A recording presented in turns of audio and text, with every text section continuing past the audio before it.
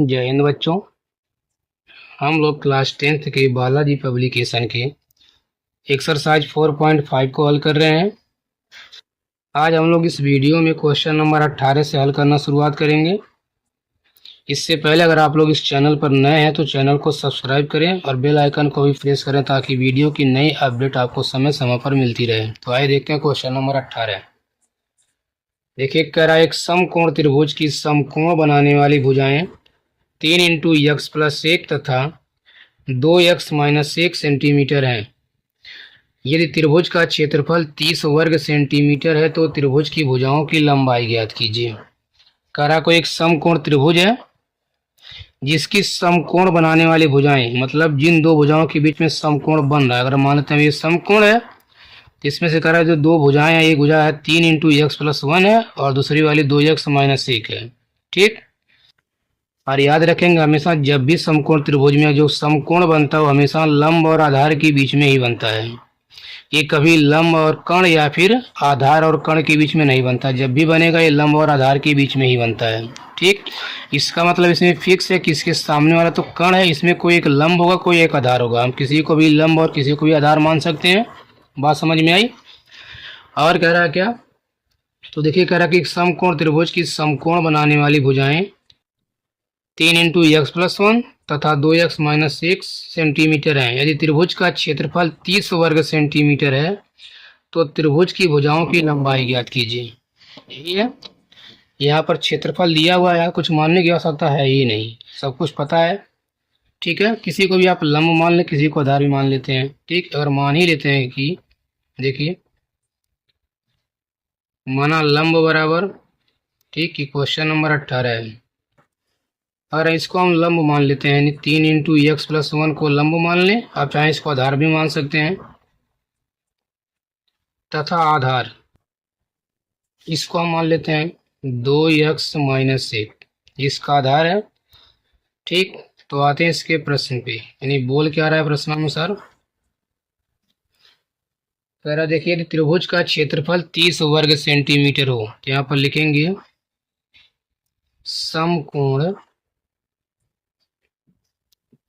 समकोण त्रिभुज का क्षेत्रफल, जो कि कितना दिया हुआ है, ये कह रहा 30 वर्ग सेंटीमीटर है। और बताइए समकोण त्रिभुज का क्षेत्रफल का फार्मूला क्या होता है। तो यहाँ पर हम लिख सकते हैं 1/2 होता है आधार गुणे शीर्ष लंब या फिर आधार गुणे लंब, ये तो होता है बराबर यहाँ पर 30, तो आ जाएगा 1/2। आधार दिया हुआ है, मान लीजिए माने 2x माइनस 1 को, और लंब किसको माने हैं 3 इंटू एक्स प्लस 1 को, ये बराबर आ जाएगा 30। ठीक, ये तो आएगा ना। अब देखिए इसको हल करते हैं। तो अगर हम चाहें तो इस 2 का यहाँ गुणा करा लेते हैं, इसका मतलब क्रॉस गुणा करा दें इसके साथ, 2 बटे में तो यहाँ पर गुणा बनाएगा, और इसका आपस में गुणा करा लेते हैं। देखिए या फिर एक बार देखिए यहाँ पर क्या बचेगा, यहाँ चाहे तो 3 से ये इसको हम काट सकते हैं, 10 बार में कट जाएगा। बचा क्या 2x माइनस 1, यहाँ देखिए बच जाएगा 2x माइनस 1, और यहाँ कोष्टक में x प्लस 1, इसको इस 2 को उधर भेज देते हैं तो बराबर क्या बन जाएगा 10 गुणे 2 बन जाएगा। ठीक, इसका इसमें गुणा कर लेते हैं, 2x यानी बन जाएगा ये 2x स्क्वायर प्लस 2x गुणे करेंगे तो 2x, फिर माइनस 1 का दोनों करेंगे तो माइनस x, और माइनस 1 बराबर 10 दूना 20 बन जाएगा। ये हो जाएगा 2x स्क्वायर, यहाँ पर 2x में से एक x गया तो केवल x, और ये माइनस 1 इधर आएगा तो माइनस का 20 बराबर आ जाएगा 0। तो 2x स्क्वायर प्लस x, ये भी माइनस और ये भी माइनस जुड़ेगा तो बनेगा माइनस 21 बराबर 0 हो जाएगा। ठीक, अब इसका फैक्टर करते हैं, 2 गुणे 21 करेंगे तो 42 आएगा। 42 को अगर तोड़ा जाए तो क्या सेट होगा 42, यानी 2 से कटेगा तो 21 दूना 42, फिर 3 से 3 7 21, फिर 7 से एक बार में। अब इसी को जोड़कर या तो घटाकर लाना है 1, तो देखिए 3 दूना 6, अगर एक साथ ले लें और 7 को 7 गुणे 6 करेंगे तो 42, और 7 में से 6 गया तो 1 बन जाएगा। ठीक, यानी हो जाएगा 2x स्क्वायर प्लस इसको हम 1 को लिख सकते हैं 7x माइनस 6x माइनस 21 बराबर 0। ठीक है, अब चार पद बन गए, दो में कॉमन लेते हैं। देखिए इन दोनों में कॉमन मिल जाएगा केवल x कॉमन मिलेगा, तो अंदर बच जाएगा 2x और प्लस यहाँ x से x कट गया, केवल 7 आ जाएगा। इन दोनों में साइन देखिए माइनस कॉमन मिलेगा, 6 और 21 में केवल 3 कॉमन मिलेगा, हो जाएगा 3 दूना 6, 2x माइनस माइनस प्लस, फिर 3 7 21 बराबर आ जाएगा 0। दोबारा दोनों में कॉमन मिलेगा 2x प्लस 7, तो बचा क्या, यहाँ से x बचेगा, यहाँ से -3 बराबर आ जाएगा 0। यही तो आएगा ना। अब देखिए एक बार इसको 0 मान लेते हैं, एक बार इसको 0 मान लेते हैं। तो मान लेते हैं कि यदि 2x प्लस 7 बराबर 0, तो x बराबर क्या आ जाएगा, देखिए एक बार निकालेंगे पहले। 2x बराबर तो आएगा -7, तो x बराबर क्या आ जाएगा, -7/2। ठीक है, अभी देखिए -7/2 को हम कहीं पर भी रखें माइनस में ही आएगा, और जबकि हमारी भुजा माने भुजा का मतलब होता है दूरी, दूरी कभी माइनस में नहीं आती है। ठीक है, ये क्या हो जाएगा, अमान्य हो जाएगा। ठीक, क्यों अमान्य हो जाएगा, चूंकि दूरी ऋणात्मक नहीं होती है या फिर दूरी धनात्मक होती है, दूरी ऋणात्मक नहीं होती है। ठीक, फिर ऐसे मानते हैं कि यदि अगला वाला देखते हैं कि यदि x -3 बराबर 0, तो x बराबर क्या आ जाएगा, 3। पॉजिटिव आई नहीं, हमारा x का वैल्यू होगा। तो कह रहा त्रिभुज की भुजाओं की लंबाई ज्ञात की, यानी तीनों भुजाएं निकालना है। तो आइए निकालते हैं, लिखेंगे अतः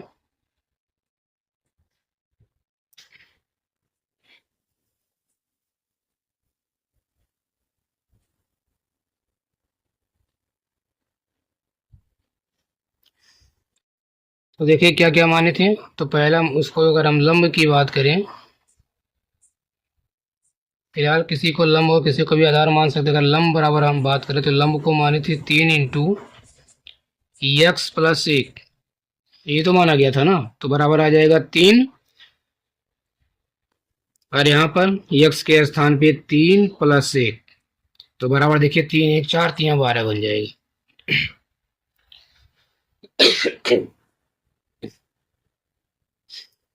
यहाँ जोड़ेंगे 3 और 1 को, बनेगा 4, 4 × 3 करेंगे तो 12 आ गया। ठीक, और अगर इसका हम आधार निकालते हैं, तो आधार को क्या माने थे, आधार को माने थे हम 2x - 1, तो बराबर 2 × x के स्थान पे आ जाएगा 3 - 1, तो करेंगे 2 3 6, 6 में से 1 गया तो 5 आ जाएगा। 2 ही बचा केवल दिया, तो दोनों निकल गया। चाहे तो इसका कण भी निकाल सकते हैं।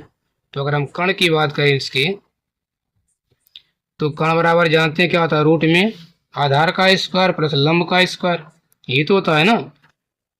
तो आधार का वैल्यू आ गया 5, 5 का स्क्वायर करेंगे तो 25, और प्लस लंब का वैल्यू आया क्या 12, 12 का स्क्वायर करेंगे तो 144। इसको जोड़ने पर बन जाएगा, ये 25 और 144 बन जाएगा 169, और 169 का वर्गमूल क्या मिल जाएगा, 13। ठीक, निकल गया। लिख देंगे अतः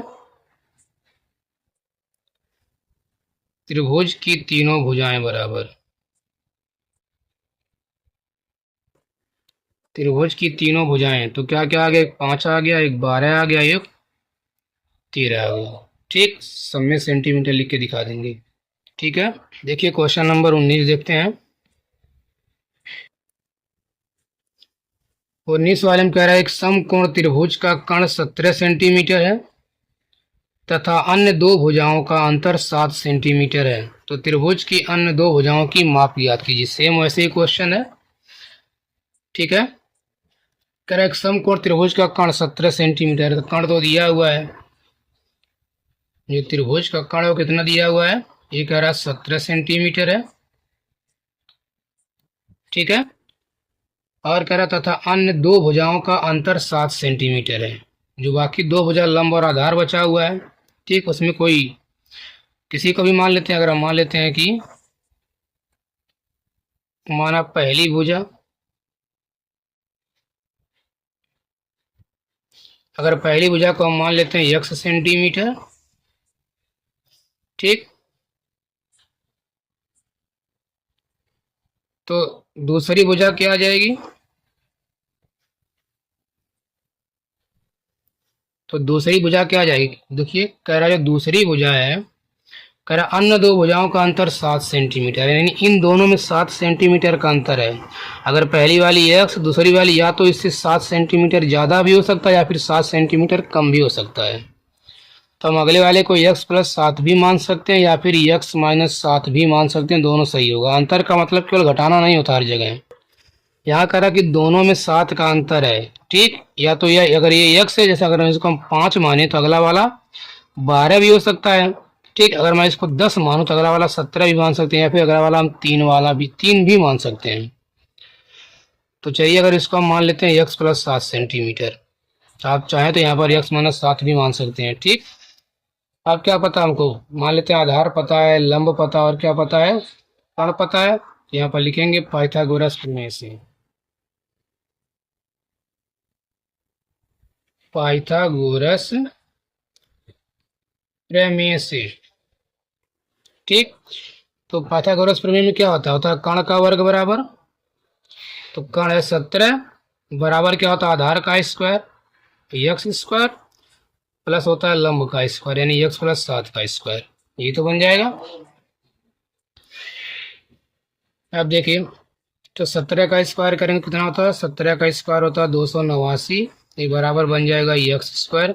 यहाँ बनेगा a+b का होल स्क्वायर, यहाँ पर a का वैल्यू x और b का वैल्यू 7 है, तो x का स्क्वायर करेंगे तो x² प्लस 7 का स्क्वायर बन जाएगा 49, प्लस बनता है 2ab यानी 2 × x × 7, तो बन जाएगा ये 14x। इसको भी उस साइड में कर लेते हैं, इसको पहले जोड़ लेते हैं x और x, ये बन जाएगा 2x², ठीक, प्लस यहाँ 14x और प्लस यहाँ 49 है, इस वाले को इधर लाएंगे तो बनेगा माइनस का 289 और बराबर क्या बन जाएगा 0 बन जाएगा। अब ये बन जाएगा 2x² प्लस 14x, ये प्लस और ये माइनस तो घटा लेंगे, माइनस वाला ज़्यादा तो साइन आएगा माइनस, 289 में से 49 घटाए, देखिए 9 में से 9 गया 0, 8 से 4 गया 4, यानी ये बन जाएगा 240 बराबर 0। अगर देखा जाए सब में 2 कॉमन मिल रहा है तो 2 कॉमन ले लेते हैं, यहाँ बनेगा x² प्लस 2×7 = 14x माइनस 2 1 कम 2, 2 दूना 4, 2 शून्य 0 बराबर 0। इसको पक्षांतर कर देते हैं, ये बनेगा x² प्लस 7x माइनस 120 बराबर 0, क्योंकि 0 के बटे 2 है तो 0 ही बनाएगा ना। अब इसका फैक्टर करते हैं, तो 1 × 120 करेंगे तो 120 आएगा, 120 को तोड़िए, तो चलिए तोड़ के देख लेते हैं। 120 60 दूना 120, फिर 2 से 30 बार में कट जाएगा, फिर 2 से 15 बार में कट जाएगा, फिर 3 से 5 बार में, फिर 5 से 1 बार में, ये तो बनेगा।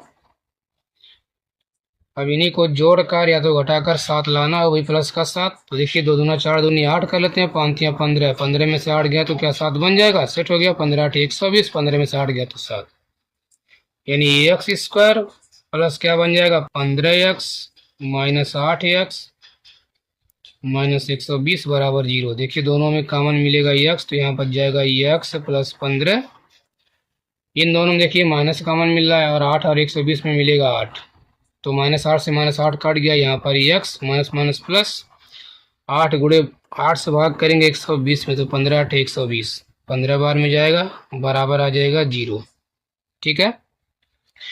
दोनों में कॉमन मिल रहा है हमको x प्लस 15, तो बचा क्या, यहाँ से x और यहाँ से बच जाएगा -8 बराबर 0। बारी बारी से सबको 0 के बराबर मान लेते, लिखेंगे यदि x प्लस 15 बराबर 0, तो x बराबर क्या आ जाएगा -15, ये क्या हो जाएगा अमान्य हो जाएगा। क्यों अमान्य होगा, लिख देंगे चूंकि दूरी धनात्मक होती है, फिर दूरी ऋणात्मक नहीं हो सकती है, इतना लिख के दिखा देंगे, ठीक है। दूसरा देखते हैं, ऐसे मान लेते हैं कि यदि x माइनस 8 बराबर 0, तो x बराबर कितना आ जाएगा 8 आ जाएगा, ठीक। तो लिखेंगे अतः, इसमें बोला क्या था तो कह रहा है कि त्रिभुज की अन्य दो भुजाओं की माप ज्ञात कीजिए। तो लिखेंगे था पहली भुजा बराबर, पहली भुजा क्या आ जाएगी, पहली को हम माने थे x, तो x का मान आ गया 8 सेंटीमीटर। ठीक, इसके अनुसार तथा दूसरी भुजा बराबर, दूसरी वाली को माने थे x प्लस 7, तो x के स्थान पे आ जाएगा 8 प्लस 7 बराबर कितना आ जाएगा 15 सेंटीमीटर। ठीक है, तो 8, 15 और 1 तो 17 दिया ही है। समझ में आया। देखिए अब देखते हैं क्वेश्चन नंबर 20 में कह रहा है कि वे दो क्रमागत प्राकृतिक संख्याएं ज्ञात कीजिए जिनके वर्गों का योग 545 है। क्या कह रहा, दो क्रमागत प्राकृतिक संख्याएं, क्रमागत का मतलब क्रम से आने वाली। ठीक है, तो देखिए हमेशा क्रमागत या प्राकृतिक बोले, पूर्णांक बोले, ठीक है, इनमें क्या होता है, हमेशा एक एक का अंतर होता है। जैसे अगर हम पहली क्रमागत संख्या 1 माने तो उसके बाद 2 आएगा, फिर 3 आएगा, फिर 4 आएगा। देखिए सब में एक एक का अंतर होता है। ठीक है, अगर हम पहली क्रमागत संख्या को मान लेते हैं 8 मान लेते हैं, कहे कोई 3 क्रमागत संख्याएं हैं जिनमें हमारी पहली क्रमागत संख्या 8 है, तो इसके बाद की दो संख्याएं क्या आएंगी, तो इसके बाद वाला क्या आएगा 9। 9 कैसे बना, जब हम 8 में 1 जोड़ेंगे तभी तो 9 बनेगा ना। और इसके बाद वाली हम 8 में जब 2 जोड़ेंगे फिर अगली वाली मिल जाएगी। समझ में आ रहा है ना। तो जान लिए हमेशा दो क्रमागत संख्याओं में एक एक का अंतर होता है। जब भी क्रमागत कहे, प्राकृतिक क्रमागत कहे, फिर प्राकृतिक पूर्णांक कहे, तो उसमें हम एक एक का अंतर करके अगली संख्या निकालेंगे। जैसे हमने यहाँ पहला माना ये 8, तो दूसरी वाली कैसे निकालें, 8 में 1 जोड़कर, तो आ गया 8 प्लस 1 बराबर 9। तीसरी वाली कैसे निकालेंगे, 8 में 2 जोड़कर, या फिर 9 में 1 जोड़ लें, या फिर पहली वाली में 2 जोड़ लेंगे। देखिए 8 के बाद 9, 9 के बाद 10, तभी तो आ रहा है ना। तो ऐसे अगर हम पहली संख्या को मान लेते हैं x, 8 न मानकर x मान लेते, इसके बाद वाली क्या आएगी, x प्लस 1 आएगी, और इसके बाद वाली क्या आएगी, x प्लस 2 आ जाएगी। समझ में आया। यहाँ पर ऐसे कह रहे हैं कि कोई दो क्रमागत संख्या है, तो इसको कोई मान लेते हैं। यहाँ पर मान लेते हैं कि माना पहली क्रमागत संख्या बराबर, तो पहली क्रमागत संख्या अगर हम x मान लेते हैं, ठीक, तो दूसरी वाली क्या आ जाएगी, तो दूसरी क्रमागत संख्या बराबर कह रहा है, इनमें क्या हमेशा क्रमागत संख्या हम जान लीजिए एक एक का अंतर होता है। अगर पहली वाली x, तो इसके बाद वाली एक इससे एक्स्ट्रा आएगा, यानी इसके बाद वाला आ जाएगा x प्लस 1। ठीक है,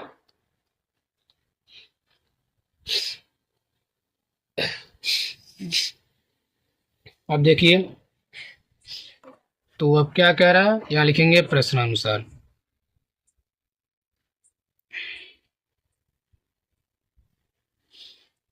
कह रहा कि दो क्रमागत प्राकृतिक संख्याएं ज्ञात कीजिए जिनके वर्गों का योग 545 है।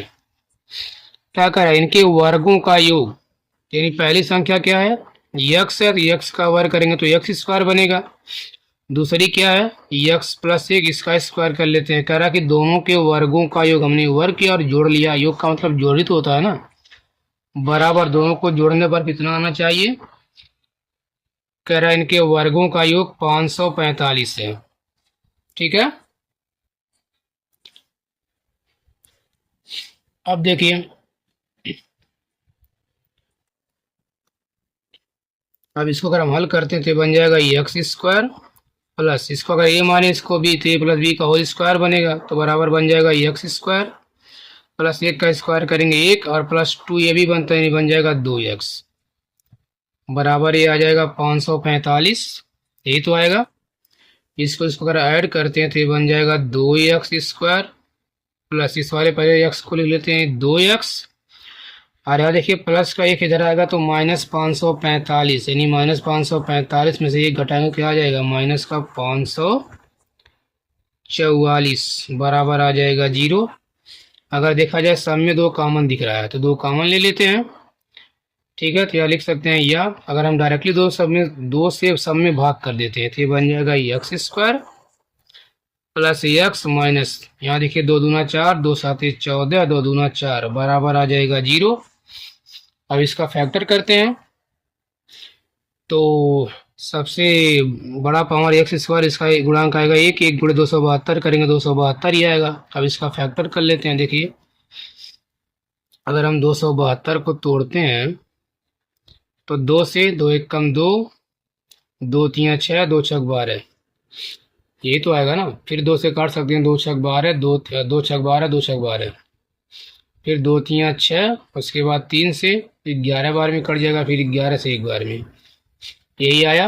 अब इसी को जोड़कर या तो घटाकर केवल एक लाना है। देखिए लग रहा है हम लोग कहीं मिस्टेक कर दिए हैं। यहाँ 2 छक 12, यहाँ देखिए 2 छक 12, 2 8 16 होगा, फिर 2 से 2 3 6, 2 चौक 8 34 बार में, फिर 2 से 17 बार में, फिर 17 आ जाएगा। यानी 2 2 2 3 2 और बनेगा, यही बनेगा। ठीक है, 3 नहीं है, ये 2 ही है। 2 से 17 बार में, देखिए 2 से काटेंगे, 2 3 6, 13 दूना 26, फिर 68 बार में, फिर 2 से 34 बार में, फिर 2 से 17 बार में, फिर 17 बार में। अब इसको बनाते हैं। तो 2 दूना 4, दूनी 8, 2 तो है नहीं, 2 दूना 4, दूनी 8, दूना 16 और ये 17। अगर 17 में से 16 गया तो एक बन जाएगा, सेट हो जाएगा। ठीक, ये एक्स स्क्वायर प्लस एक एक्स को हम लिख सकते हैं 17x और माइनस 16x, बचा क्या, माइनस का 272 बराबर 0, ये तो आएगा। इन दोनों में देखिए x कॉमन मिलेगा, कहा जाएगा यहाँ से x प्लस 17। इनमें देखिए दोनों में माइनस कॉमन है तो माइनस कॉमन मिल जाएगा, और क्या मिलेगा, 16x, केवल 16। यहाँ माइनस 16 से माइनस 16 कटा, केवल x बचा, फिर माइनस माइनस प्लस। अगर 16 से भाग करते हैं इसमें, देखिए 16 कम 16, ये तो आएगा ना। 16 कम 16 कितना बचेगा, 16 4 20, यानी 4 और 7 11 बचेगा। 11 और यहाँ बगल में 2 नहीं बन जाएगा 112, 16 7 112 बराबर आ जाएगा 0। अब दोनों में कॉमन मिलेगा x प्लस 17, तो बचा क्या, यहाँ से x और यहाँ से आ जाएगा माइनस का 16 बराबर 0 आ जाएगा। ये तो बनेगा ना। अब आगे देखिए, अब इसको एक बार 0 मान लेते हैं, एक बार इसको 0 मान लेते हैं। तो यहाँ लिखेंगे यदि x प्लस 17 बराबर 0, तो x बराबर क्या आ जाएगा माइनस का 17, ये तो आएगा ना। ये वाला क्या हो जाएगा, अमान्य कर दिया जाए कि दोनों उसको, चलिए देखते हैं। और अगला वाला ऐसे ही, यदि हम x माइनस 16 बराबर 0 मान लेते हैं तो x बराबर क्या आ जाएगा, 16 आ जाएगा। ठीक है, तो देखिए अगर हम पहली बार x का वैल्यू माइनस का 17 ले रहे हैं, यानी पहली संख्या को अगर हम x माने, तो अगर हम x का मान माइनस का 17 माने, तो अगली वाली क्या बनेगा, माइनस 17 में एक जोड़ेंगे, क्या बन जाएगा, माइनस का 16 बन जाएगा। ठीक, क्या ये सही बनेगा।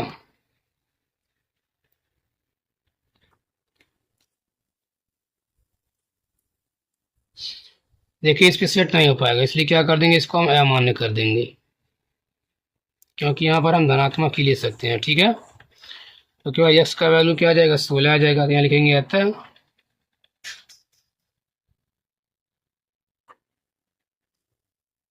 पहली संख्या बराबर, तो पहली संख्या माने क्या थी, x माने था, और x का मान आ गया 16, तथा दूसरी संख्या बराबर,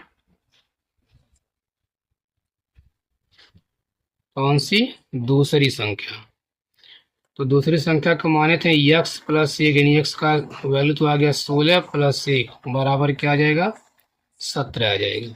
ठीक है, अब यहाँ देखिए क्वेश्चन नंबर 21 देखते हैं।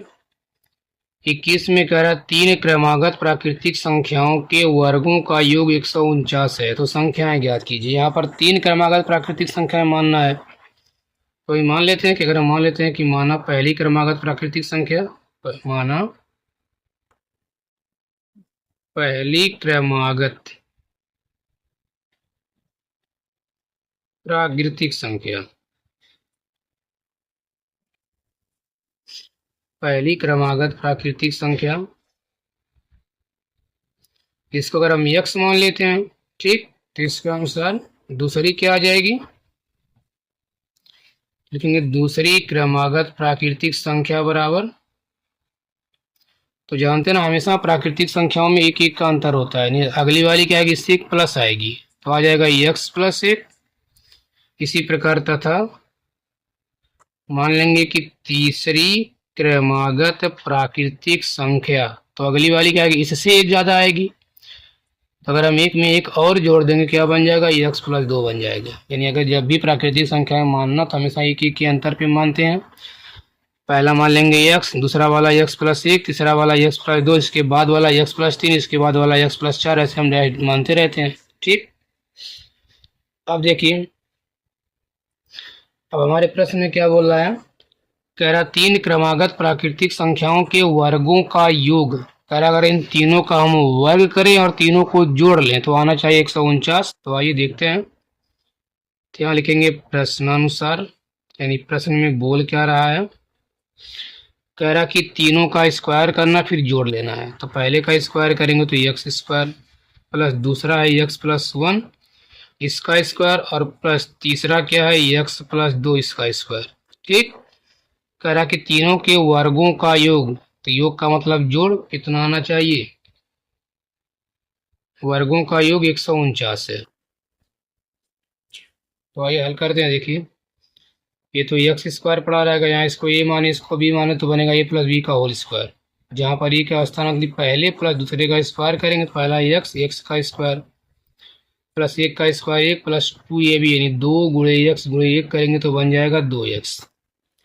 ऐसे यहाँ प्लस इसको ए माने इसको बी माने फिर वही फार्मूला बनेगा ए प्लस बी का होल स्क्वायर, जहाँ पर एक्स का स्क्वायर करेंगे और प्लस दो का स्क्वायर चार प्लस दो ए बी, यानी दो गुणे एक्स गुणे दो तो बन जाएगा 4x और ये बराबर 149। यहाँ देखिए एक्स स्क्वायर वाले को सबको जोड़ लेते हैं, एक यहाँ एक यहाँ एक यहाँ, तो ये बन जाएगा 3x स्क्वायर। ठीक, और x वाला क्या है 2x और 4x, ये बन जाएगा प्लस का 6x और बचा क्या बिना x वाला, यहाँ पर है प्लस का 4, इधर अगर इसको इधर लाएं तो बनेगा माइनस का 149। देख लीजिए एक बार, प्लस का 4 ये वाला इधर आएगा तो माइनस 149 और बराबर केवल क्या बचा 0। ठीक है, ये हो जाएगा 3x स्क्वायर प्लस 6x, ये प्लस माइनस तो घटेगा, अधिक कौन सा माइनस वाला, तो आएगा माइनस 149 माइनस 4 तो कितना आएगा, ये आ जाएगा 145 बराबर बन जाएगा 0। अरे 49 में से 4 घटाने पर 45 ही तो आएगा ना। आइए इसका फैक्टर करते हैं, तो यहाँ पर लग रहा है कुछ मिस्टेक किए हम लोग। यहाँ देखिए 4 और 1 5 ये भी बचा हुआ है, ये 5 हो जाएगा। ठीक, तो यहाँ पर घटाएंगे 144 बनेगा। अब इसका फैक्टर कीजिए तो देखिए ये 144 बन जाएगा।